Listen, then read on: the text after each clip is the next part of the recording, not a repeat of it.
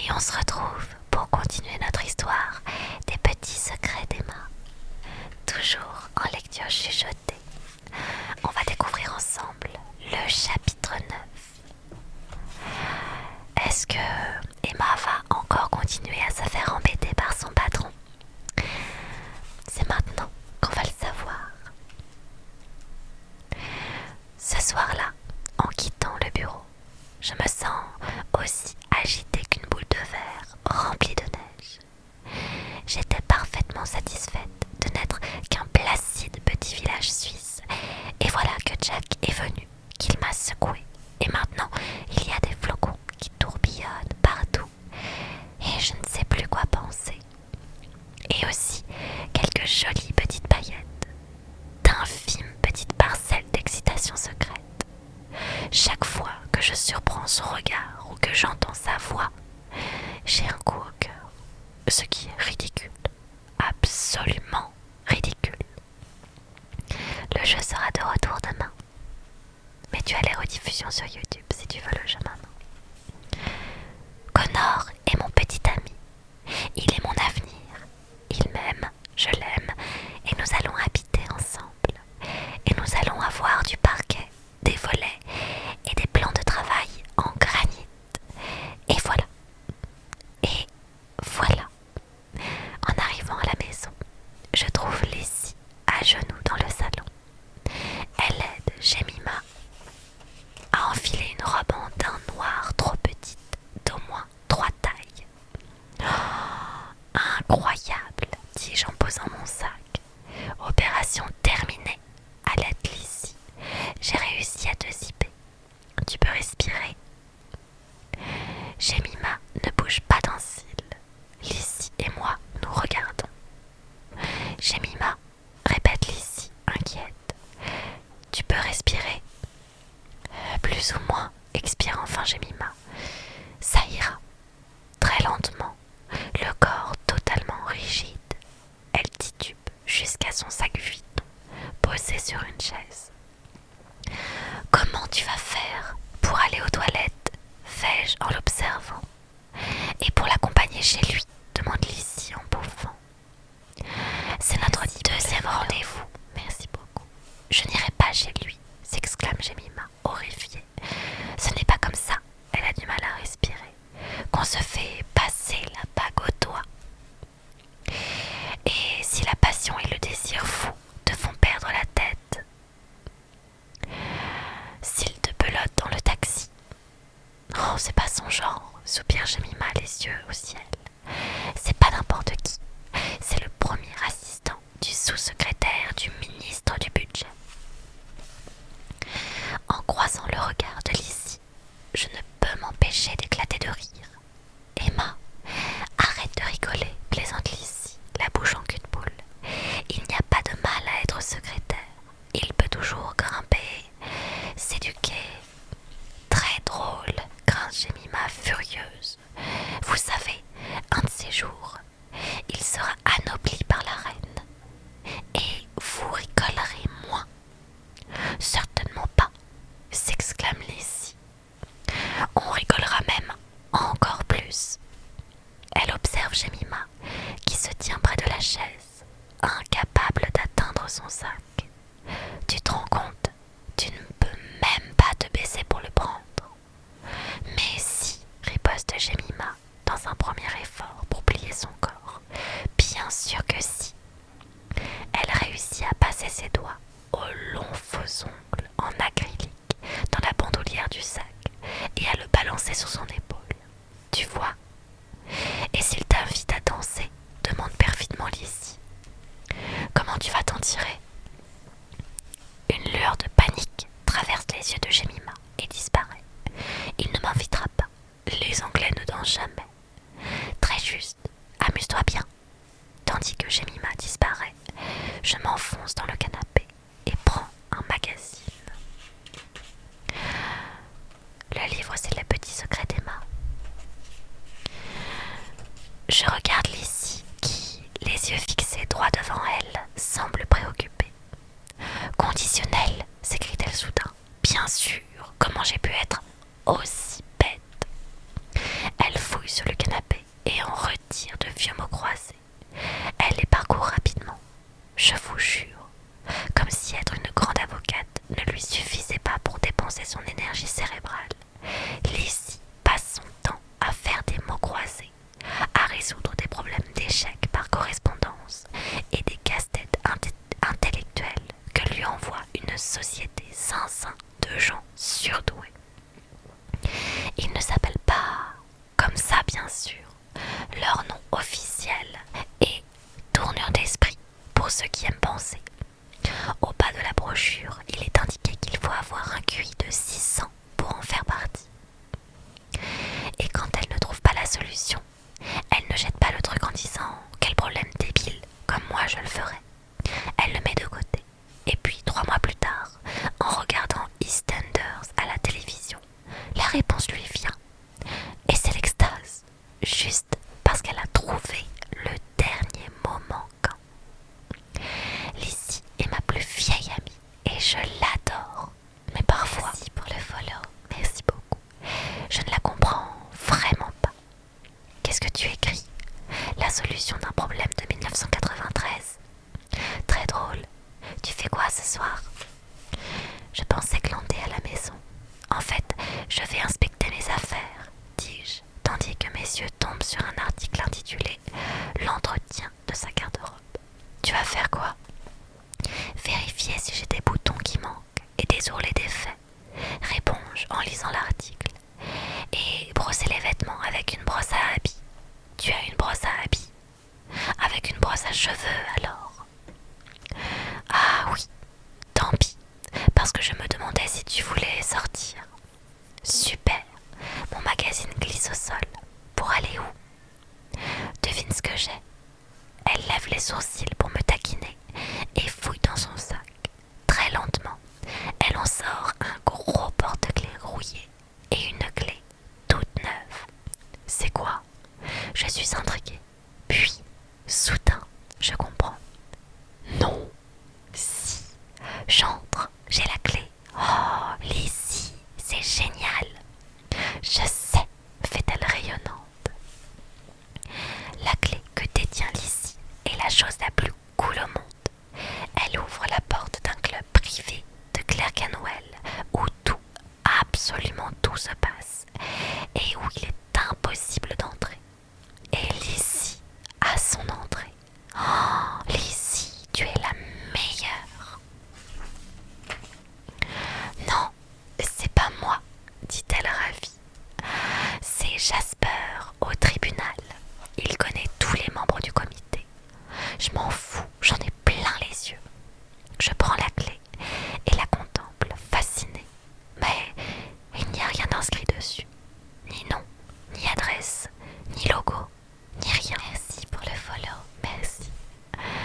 Elle ressemble à la clé de la cabane à outils de mon père, mais en bien plus cool, évidemment. Alors, qui sera là ce soir? Il paraît que Madonna est membre, et aussi Jude Law et Sadie Frost. Ah, et ce superbe acteur de EastEnders, tout le monde dit qu'il est gay. Emma, m'interrompt Lizzie, je ne te garantis pas la présence de stars. Je sais bien, je rétorque un peu vexée. Non mais, Lizzie me prend pour qui? Je suis une londonienne cool et sophistiquée, pas du tout impressionnée par des célébrités sans intérêt. Je disais ça en passant, c'est tout. De toute façon, ça doit casser l'ambiance s'il y a trop de gens célèbres. Il n'y a pas pire que d'être assise à une table et d'essayer d'avoir une conversation normale avec des stars de cinéma, des mannequins et des chanteurs qui s'agitent partout. Silence. Nous réfléchissons toutes les deux à ce que je viens de dire.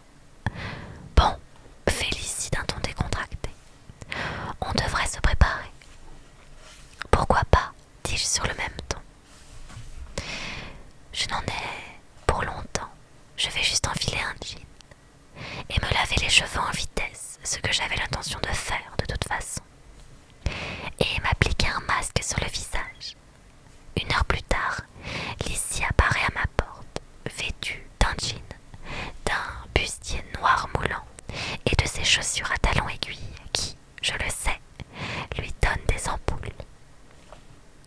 T'en penses quoi? Demande-t-elle toujours sur le même ton.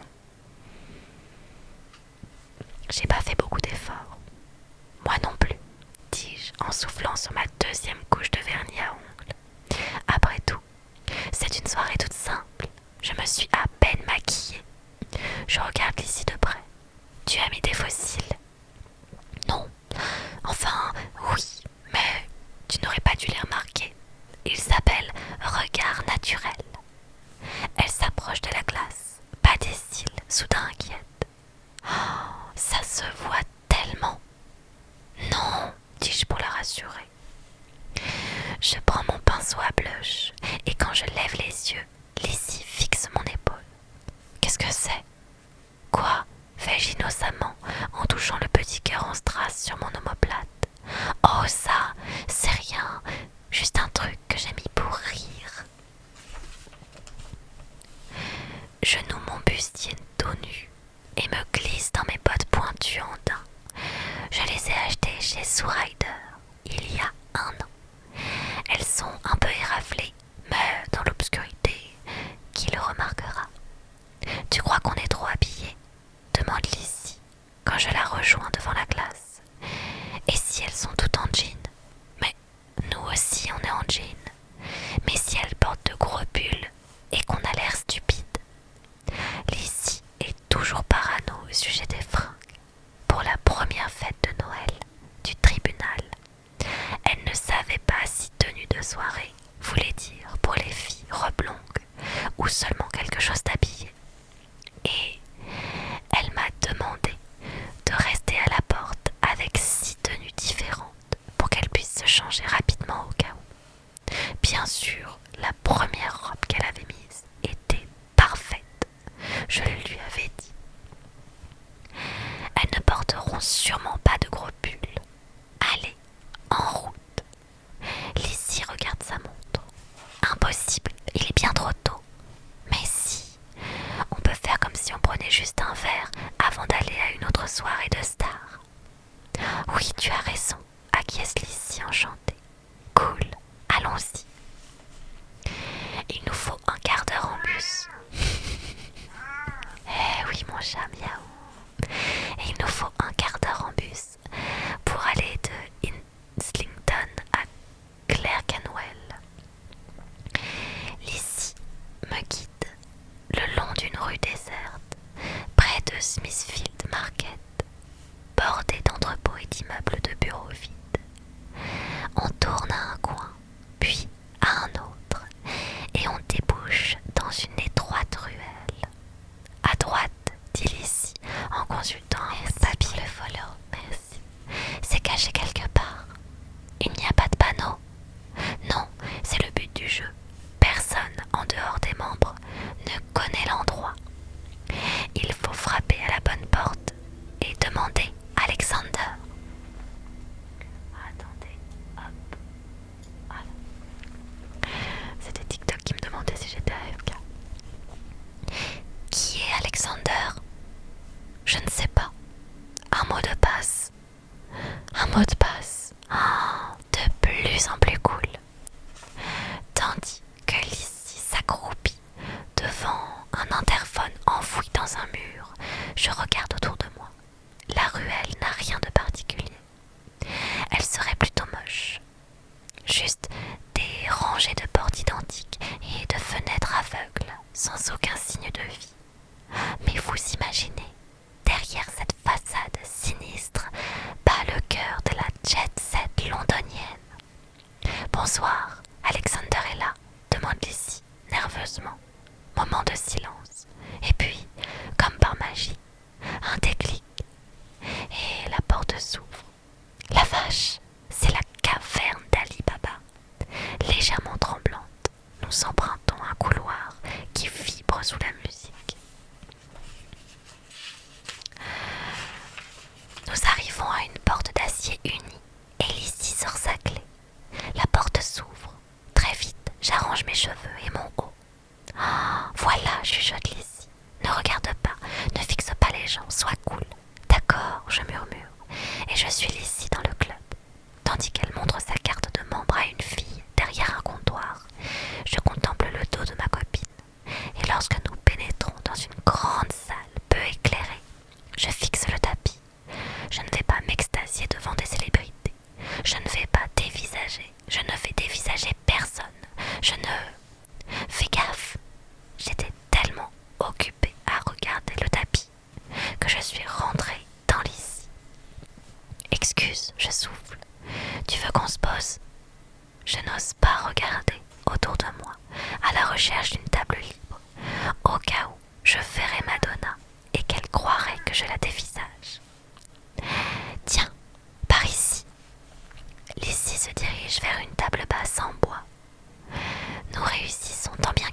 nous asseoir, à caser nos sacs et à saisir la liste des cocktails. Tout ça en nous regardant dans le blanc des yeux. Tu as reconnu quelqu'un? Dis-je à voix basse. Non. Et toi? Non. J'ouvre la liste des cocktails et la parcours. Oh, qu'est-ce que c'est fatigant. Mes yeux commencent à me faire mal. Je regarde autour de moi. Je veux voir l'endroit. Lizzie, je vais regarder maintenant. Bon, d'accord, mais fais attention. Et surtout, sois discrète. Elle m'observe anxieusement, comme si j'étais Steve McQueen et que j'annonçais que j'allais m'évader. Ne t'en fais pas, tout ira bien. Bon, allons-y. Ne pas prendre un air ahuri. Je me cale dans ma chaise, respire un grand coup, puis laisse mon regard effleurer la salle tout en enregistrant autant de renseignements que possible. Lumière tamisée, beaucoup de divans et de sièges mauves, 2 types en t-shirt, 3 filles en jupe et pull. Oh mon Dieu, Lizzie va avoir une attaque. Un couple qui se murmure des choses à l'oreille, un barbu qui lit Private Eye, et voilà. Impossible. Ce n'est pas possible.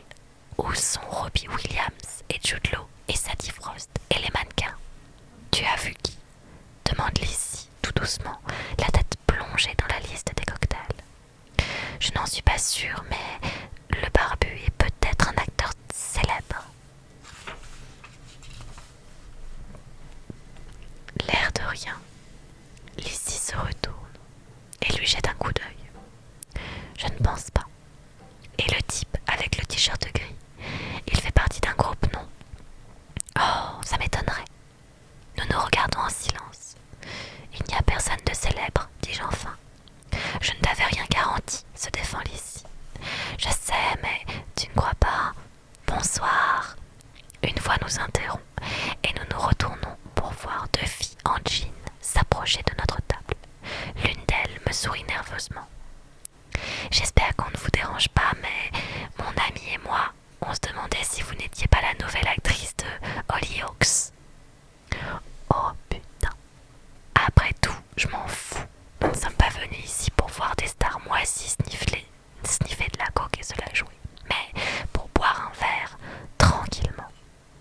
Nous commandons des daiquiris à la fraise et un mélange de cacahuètes. 4,50 livres le petit bol. Ne me demandez pas le prix des verres. Je dois avouer que je suis plus détendue depuis que je sais qu'il n'y a pas de célébrité. Comment ça va au bureau? Merci. Je demande à Lizzie en sirotant. Tout baigne. J'ai vu le fraudeur de Jersey aujourd'hui. Le fraudeur de Jersey est un client de Lizzie qui n'arrête pas d'être inculpé de fraude fiscale et qui, grâce aux brillantes plaidoiries de Lizzie, s'en sort toujours. Un jour, il a des menottes. Le lendemain, il porte des costumes sur mesure et l'emmène déjeuner au Ritz. Il a essayé de m'acheter une broche en diamant, confie Lizzie. Il avait le catalogue d'Asprey et il disait « Celle-là est plutôt jolie ». Et moi je répondis « Humphrey, vous êtes en prison, concentrez-vous sur votre affaire ». Elle avale une gorgée et me demande « Alors, tu en es où avec ton mec ?» Je devine immédiatement qu'elle parle de Jack, mais je refuse d'avouer que c'est à lui que je pense. Je la regarde, donc l'œil vide, et demande innocemment « Qui? Connor ?» Mais non, idiote, ton inconnu dans l'avion, celui qui sait tout sur toi. Ah, lui, fais-je, et je rougis. Oui, lui, tu as réussi à l'éviter. Non, il est toujours dans mes pattes. Je n'en dis pas plus, car un serveur nous apporte 2 autres daiquiris. Quand il s'est éloigné, Lizzie m'observe attentivement. Emma, il te plaît? Non, bien sûr que non. Il ne me plaît pas. Il me déconcerte. C'est une réaction naturelle. Tu aurais la même à ma place de toute façon. Pas de problème. Il suffit que je tienne jusqu'à vendredi. Après, il sera parti. Et tu emménageras avec Connor. Et je suis sûre qu'il va te demander de t'épouser. poussé. Oui, mon chat. Oui, t'es belle, mon chat. J'ai une petite crampe à l'estomac, sans doute l'effet de l'alcool. Tu as de la chance, continue Lizzie. Tu sais, l'autre jour, il a monté les étagères dans ma chambre sans que je lui demande. Tu connais beaucoup d'hommes qui feraient ça. Je sais, il est formidable.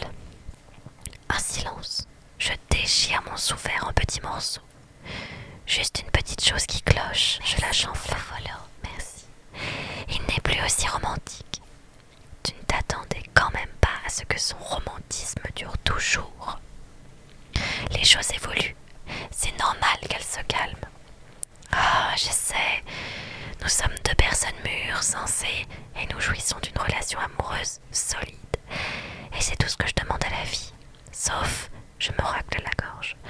Sauf que on ne s'envoie plus en l'air aussi souvent. Ah oui, on est dans le vif du sujet là. C'est le problème des relations longue durée, dit Lizzie, en femme d'expérience. Merci pour le cadeau. Merci beaucoup pour le cœur, c'est très gentil. Il faut les épicer. Avec quoi? Tu as essayé les menottes? Non. Et toi? Je regarde Lizzie fascinée. Oh, il y a longtemps, c'était pas si... Enfin, essaye quelque chose de différent. Au bureau, par exemple. Merci pour le follow. Merci. Au bureau? Oh, bonne idée. Lizzie est si intelligente. D'accord, j'essaierai. Je prends mon sac, sors un stylo et inscris dans ma paume. Baise@bureau.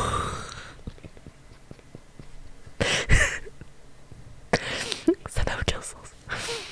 À côté de là où j'avais noté NB2.chérie. C'est reparti. Je suis pleine d'enthousiasme. C'est un plan génial. Je vais me faire sauter par Connor demain au bureau. Et on n'aura jamais connu un tel paradis. Et l'étincelle reviendra et je serai follement amoureuse à nouveau.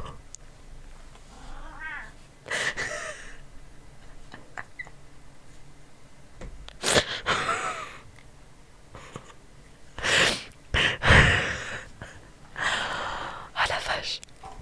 J'étais pas prête pour cette phrase. Facile. Et ce sera les pieds à Jack Harper.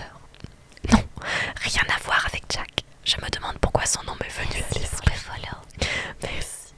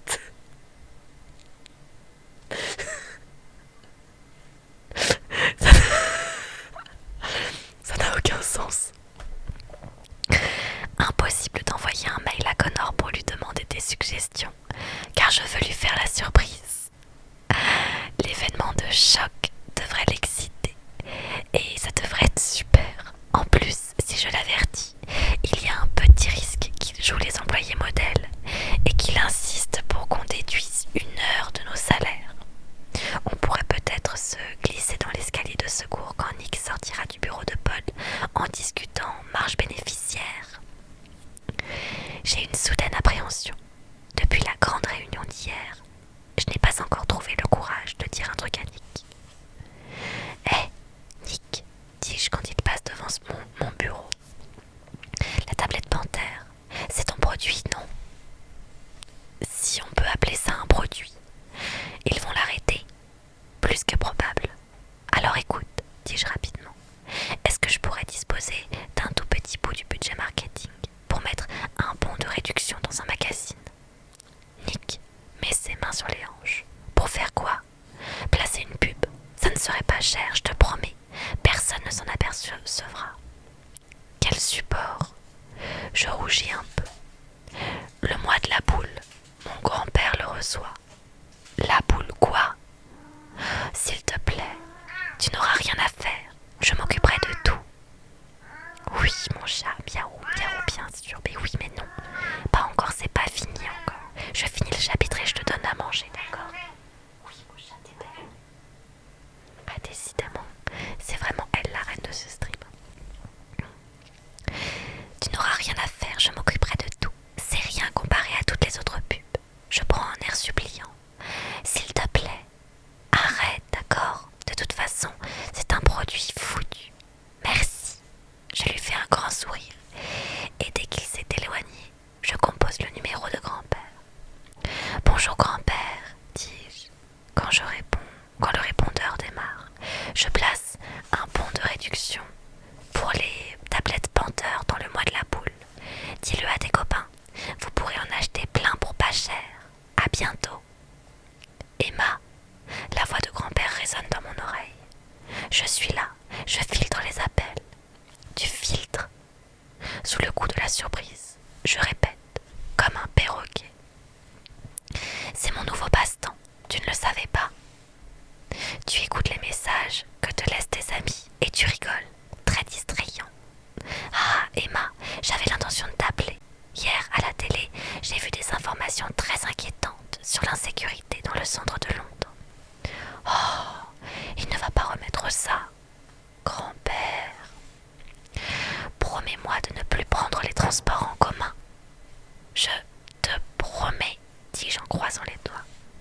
Bon, il faut que j'y aille, mais je te rappelle bientôt. Je t'embrasse. Je t'aime, ma petite chérie. En raccrochant, je suis assez contente de moi. Une bonne chose de faite. Il suffit que j'aille le chercher aux archives pour faire Caroline à l'autre bout du bureau. Je lève la tête. Les archives? Oh, bien sûr, c'est évident. Personne n'y va jamais, sauf en cas d'absolue nécessité. C'est au sous-sol, c'est sombre, sans fenêtre et plein de vieux bouquins et de magazines. Généralement, on doit se mettre à quatre pattes pour dénicher ce qu'on cherche. Parfait. Je peux y aller à ta place, dis-je aussi détaché que possible. Si tu veux. Il te faut quoi? Oh, tu ferais ça pour moi? Demande Caroline reconnaissante. Merci Emma. C'est une vieille pub dans un magazine qui a cessé de paraître. Voici la référence. Elle me tend un bout de papier que je prends toute contente. Dès qu'elle est partie, je prends ma voix la plus sexy et j'appelle Connor. Salut, retrouve-moi aux archives. J'ai quelque chose à te montrer. Quoi? Contente-toi de venir. J'ai l'impression d'être Sharon Stone. En avant pour la baisse au bureau.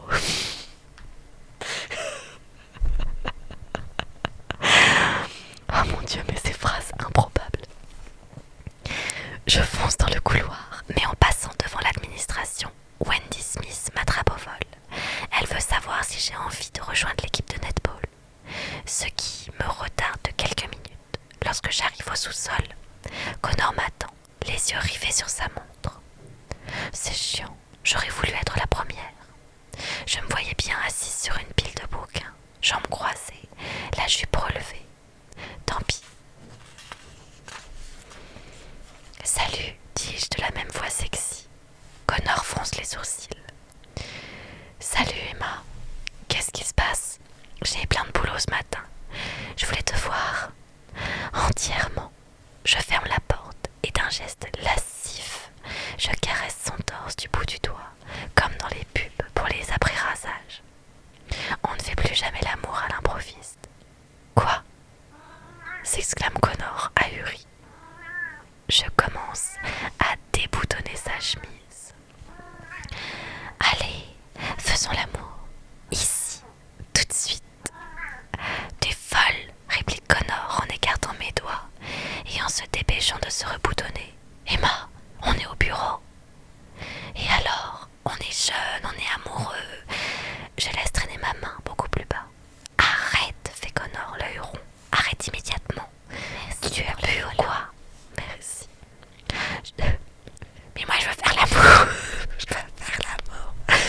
J'ai envie de faire l'amour, c'est trop te demander.